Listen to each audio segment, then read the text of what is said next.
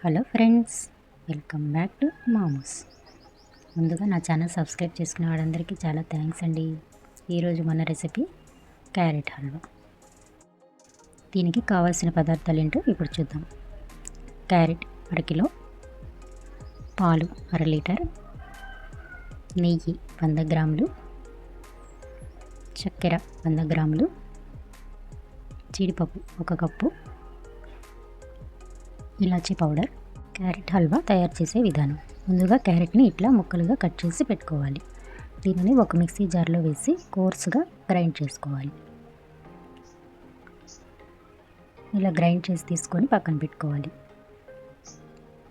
ఇప్పుడు స్టవ్ వెలిగించి ప్యాన్ వేడి చేసుకొని 2 స్పూన్స్ నెయ్యి వేసుకొని జీడిపప్పు వేసి వేయించుకోవాలి. దూరగా వేయించుకున్న తర్వాత వీటిని ఒక ప్లేట్లోకి తీసి పక్కన పెట్టుకోవాలి. ఇప్పుడు అదే ప్యాన్లో నెయ్యి వేసి వేడి చేసుకోవాలి.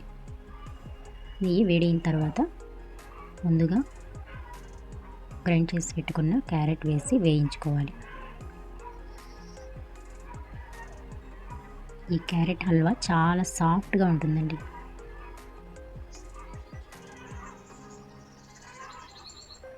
ఇలా పూర్తిగా వేగే వరకు వేయించుకోవాలండి.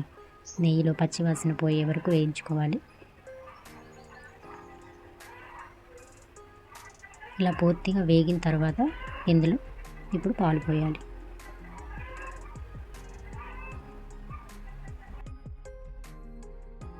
స్టవ్ని హై ఫ్లేమ్లో పెట్టుకోవాలి. హై ఫ్లేమ్లో పెట్టుకొని ఇట్లాగా మిక్స్ చేసుకోవాలి.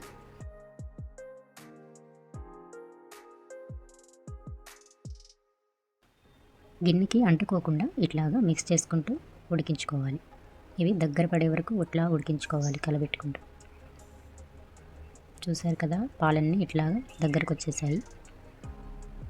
ఇట్లా గిన్నెకి అంటుకోకుండా కలబెట్టుకుంటూ ఉడికించుకోవాలండి.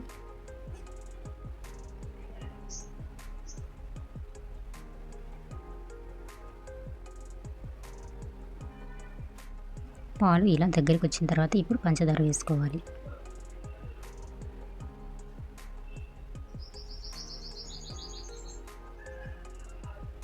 పంచదార వేసుకొని మిక్స్ చేసుకోవాలి. పంచదార కరిగి మనకి ఇట్లా లిక్విడ్ లాగా వస్తుంది.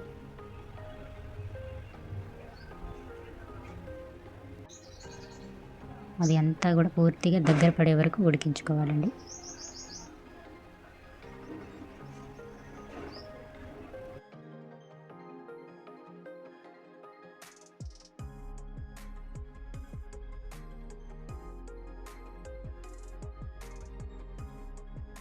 గిన్నెకి అంటుకోకుండా ఇట్లా కలబెడుతూ ఉడికించుకోవాలి.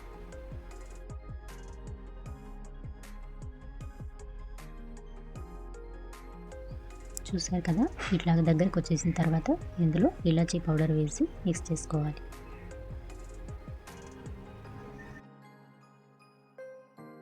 ఇప్పుడు ఇందులో 2 స్పూన్స్ బాదం పొడి వేసుకోవాలి. ఈ బాదం పొడి వేయటం వల్ల రుచి చాలా బాగుంటుందండి.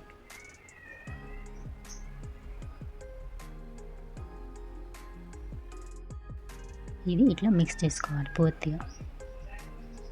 ఇందులో ఇప్పుడు ముందుగా వేయించి పెట్టుకున్న డ్రై ఫ్రూట్స్ వేసి కలుపుకోవాలి.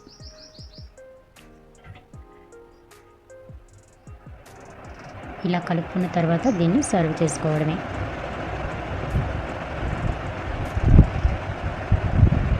దీనిపైన బాదం, పిస్తా వేసి ఇలా గార్నిష్ చేసుకోవడమే.